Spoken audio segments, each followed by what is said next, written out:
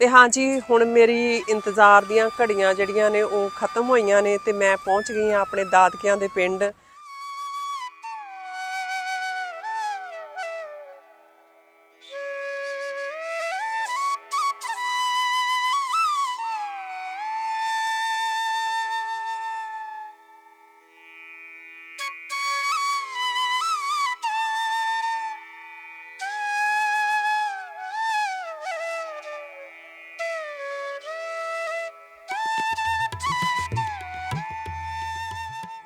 ਰਾਏਪੁਰ ਸੜਕ ਤੋਂ ਪਿੱਛੇ ਪੂਰਾ ਜਿਹਾ ਛੋਟਾ ਜਿਹਾ ਪਿੰਡ ਸੀ।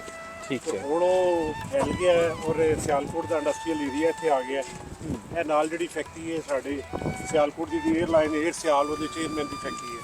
ਠੀਕ ਹੈ। ਫਜ਼ਲ ਜਲਾਨੀ ਸਾਹਿਬ। ਇਹ ਸਾਰੀਆਂ ਸਰਜੀਕਲ ਡਾਕਟਰੀ ਔਜ਼ਾਰ ਬਣਾਉਣ ਵਾਲੀਆਂ ਫੈਕਟਰੀਆਂ ਨੇ, ਕੁਝ ਗਾਰਮੈਂਟਸ ਵਾਲੀਆਂ ਫੈਕਟਰੀਆਂ ਨੇ। ਉਹ ਅਗਰ ਉਹ ਪੁਰਾਣੇ ਬਜ਼ੁਰਗ ਅਗਰ ਹੁਣ ਦੁਨੀਆ ਤੇ ਆ ਜਾਣ ਤੇ ਮੇਰਾ ਖਿਆਲ ਉਹ ਆ ਕੇ ਪਛਾਣਨ ਨਾ ਕਿ ਉਹ ਸਾਡਾ ਹੀ ਪਿੰਡ ਹੈ। ਬਦਲ ਗਈ ਹੈ ਦੁਨੀਆ, ਬਦਲ ਗਈ ਜੀ ਜੀ। ਨਾਲ ਇੱਕ ਬੜੀ ਵੱਡੀ ਹਾਊਸਿੰਗ ਸੁਸਾਇਟੀ ਹੈ ਕਨਾਲ ਸਿਟੀ ਦੇ ਨਾਂ ਤੇ ਜੀ ਜੀ। ਉਹ ਸਾਰੀਆਂ ਜ਼ਮੀਨਾਂ ਵਗਦੀਆਂ ਸਨ, ਉਦੋਂ ਫਸਲਾਂ ਬੀਜੀਆਂ ਜਾਂਦੀਆਂ ਸਨ। ਇਹ ਟ੍ਰੇਨ ਲਾਈਨ ਵੀ ਨਵੀਂ ਲੱਗਦੀ ਹੈ। ਹਾਂ ਨਹੀਂ, ਪੁਰਾਣੀ ਹੈ ਜੀ, ਟ੍ਰੇਨ ਤਾਂ ਪੁਰਾਣੀ ਹੈ, ਨਵੀਂ ਇੱਥੇ ਅਸੀਂ ਪੁਰਾਣੀਆਂ ਨੂੰ ਬਰਬਾਦ ਕੀਤਾ, ਨਵੀਆਂ ਨਹੀਂ ਬਣਨ ਦਿੱਤੀਆਂ। ਇਹ ਜੰਮੂ ਜਾ ਰਹੀ ਹੈ ਨਾ ਜੀ ਜੀ। पहले गुरदासपुर जाएगी मेरे ख्याल। ਨਹੀਂ ਜੰਮੂ, अच्छा ਜੰਮੂ ਸਿੱਧੀ ਜੰਮੂ ਜਾ ਰਹੀ, ਸਿਆਲਕੋਟ ਔਰ ਇਹ ਸਿਆਲਕੋਟ। ਗਵਰਨਮੈਂਟ ਸਾਹਿਬ ਫਿਰ ਇੱਥੇ ਸੰਬੜਿਆਲ ਜਿਹੜਾ ਹੈ, ਇਹ ਸਾਰਾ ਏਰੀਆ ਸੰਬੜਿਆਲ ਸਿਟੀ ਹੈ। ਨਹੀਂ, ਇਹ ਤਹਿਸੀਲ ਸਿਆਲਕੋਟ ਹੈ। ਅੱਛਾ, ਸੰਬੜਿਆਲ ਹੈ, ਸੰਬੜਿਆਲ ਪਿੱਛੇ, ਨਹਿਰ ਤੋਂ ਪਿੱਛੇ ਰਹਿ ਜਾਏਗਾ। ਹਾਂ, ਨਵੀਂ ਤਹਿਸੀਲ ਹੈ, ਛੋਟੀ ਤਹਿਸੀਲ ਹੈ। ਠੀਕ ਹੈ। ਹਾਂ, ਪਹਿਲੇ ਨਹੀਂ ਸੀ, ਹੁਣ ਬਣੀ ਹੈ 2005 ਵਿੱਚ।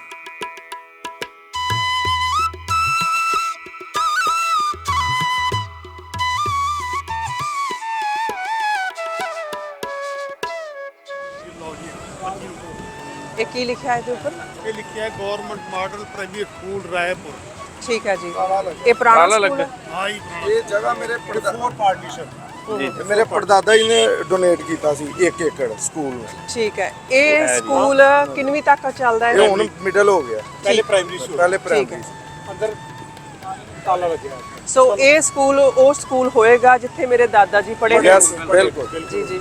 ਸਰਦਾਰ ਸ਼ਿਵਦੇਵ ਸਿੰਘ ਘੁੰਮਣ, ਉਹਨਾਂ ਨੇ 8 ਜਮਾਤਾਂ ਕੀਤੀਆਂ ਸਨ ਤੇ ਉਹ ਕਹਿੰਦੇ ਹੁੰਦੇ ਸਨ ਕਿ ਜਿਹੜੀਆਂ ਪਹਿਲਾਂ ਦੀਆਂ 8 ਜਮਾਤਾਂ ਸਨ ਹੁਣ ਦੀ ਡਿਗਰੀ ਦੇ ਬਰਾਬਰ ਨੇ। ਜੀ ਜੀ। ਔਰ ਸਾਰੇ ਪਿੰਡ ਦੇ ਜਿਹੜੇ ਲੋਕ ਸਨ ਚਿੱਠੀ ਹਿਸਾਬ ਕਿਤਾਬ ਉਹਨਾਂ ਦੇ ਕੋਲੋਂ ਕਰਵਾਉਣ ਆਉਂਦੇ ਹੁੰਦੇ ਸਨ। ਸੋ ਇਸ ਸਕੂਲ ਦੇ ਵਿੱਚ ਉਹ ਪੜ੍ਹੇ ਹੋਣਗੇ। ਬਿਲਡਿੰਗ ਨਵੀਂ ਬਣ ਗਈ ਨਾ, ਬਿਲਡਿੰਗ ਨਵੀਂ ਬਣ ਗਈ। ਪਰ ਜਗ੍ਹਾ ਤੇ ਹੋਈ ਜਗ੍ਹਾ ਇੰਡੀਆ ਤੇ ਪਾਕਿਸਤਾਨ ਇਹ ਅੰਗਰੇਜ਼ ਦੇ ਦੌਰ ਦਾ ਸਕੂਲ ਹੈ। ਇਹ ਗਾਲਬਨ ਬਣਿਆ 1827 ਚ, ਉਦੋਂ ਦਾ।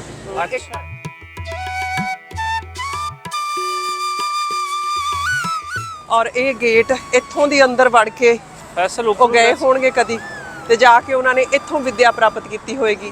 ਮੈਨੂੰ ਯਾਦ ਹੈ ਕਿ ਮੇਰੇ ਦਾਦਾ ਜੀ ਜਦੋਂ ਵੀ ਲਿਖਦੇ ਹੁੰਦੇ ਸਨ ਉਹ ਗੁਰਮੁਖੀ ਲਿਪੀ ਦੇ ਨਾਲੋਂ ਸ਼ਾਹਮੁਖੀ ਦੇ ਵਿੱਚ ਜ਼ਿਆਦਾ ਲਿਖਦੇ ਹੁੰਦੇ ਸਨ। ਔਰ ਉਹਨਾਂ ਨੇ ਮੈਨੂੰ ਮੇਰਾ ਨਾਂ ਲਿਖਣਾ ਸਿਖਾਇਆ ਸੀ ਸ਼ਾਹਮੁਖੀ ਦੇ ਵਿੱਚ। ਉਹ ਅੱਜ ਵੀ ਮੈਨੂੰ ਯਾਦ ਹੈ, ਉਹ ਮੈਂ ਅੱਜ ਵੀ ਲਿਖ ਲੈਂਦੀ ਹਾਂ। ਸੋ ਇਹ ਉਹ ਸਕੂਲ ਹੈ। ਮੈਨੂੰ ਬਿਲਕੁਲ ਮੇਰੇ ਬਜ਼ੁਰਗਾਂ ਦੀਆਂ ਗੱਲਾਂ ਯਾਦ ਕਰਵਾ ਰਹੀਆਂ ਨੇ। ਦਾਦਾ ਜੀ ਨੂੰ ਅਸੀਂ ਪੁੱਛਿਆ ਨਾ ਤੁਹਾਡੇ ਬਚਪਨ ਦੇ ਬੇਟੀ, ਤੇ ਉਹਨਾਂ ਨੇ ਦੱਸਿਆ ਸਰਦਾਰ ਲਛਮਣ ਸਿੰਘ, ਉਹ ਸਨ ਜਿਹੜੇ ਸਰਦਾਰ ਨੱਥਾ ਸਿੰਘ, ਸਰਦਾਰ ਨੱਥਾ ਸਿੰਘ, ਉਹ ਹੈ ਮੇਰੇ ਬਚਪਨ ਦੇ।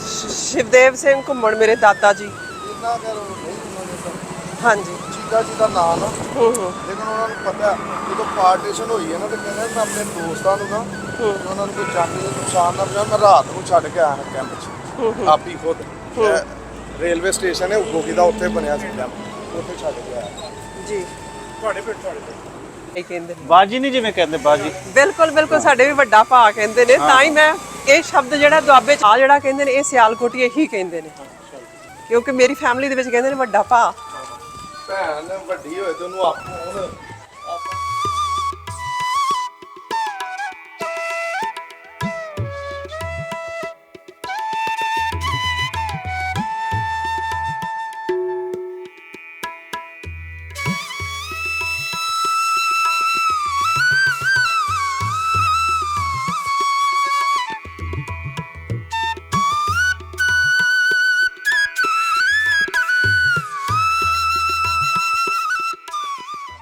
ਇਹ ਪਾਰਟੀਸ਼ਨ ਤੋਂ ਪਹਿਲੇ ਦਾ ਜਿਹੜਾ ਰਾਪ। ਇਹ ਨਵੀਂ ਆਬਾਦੀ ਹੈ ਤੇ ਪਾਰਟੀਸ਼ਨ ਦੀ ਗੱਲ ਹੈ। ਇਹ ਪਹਿਲੀ ਹੁੰਦੀ ਸੀ ਨਾ ਇੱਥੇ ਜੀ, ਛੱਪੜ ਜੀ। ਹੁੰਦਾ ਸੀ। ਛੱਪੜ ਤੇ ਅਸੀਂ ਆਪ ਹੀ ਵੇਖਿਆ ਅੱਛਾ ਪਿੱਛੇ ਜਿਹੜਾ ਨਾਮ ਪੁਰਾਣਾ ਰਾਏਪੁਰ ਸੋ ਇੱਥੋਂ ਅੱਗੇ ਨਵਾਂ ਬਣਿਆ, ਹਾਂਜੀ ਇੱਥੋਂ ਪਿੱਛੇ ਪੁਰਾਣਾ।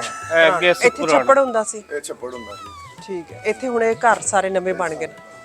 ਸੋ ਇੱਥੋਂ ਇੱਧਰ ਜਿਹੜਾ ਇਹ ਏਰੀਆ ਹੈ, ਇੱਥੇ ਬਜ਼ੁਰਗਾਂ ਦੇ ਪੈਰ ਲੱਗੇ ਹੋਣ। ਇਹ ਪੁਰਾਣਾ ਰਾਏਪੁਰ ਹੈ।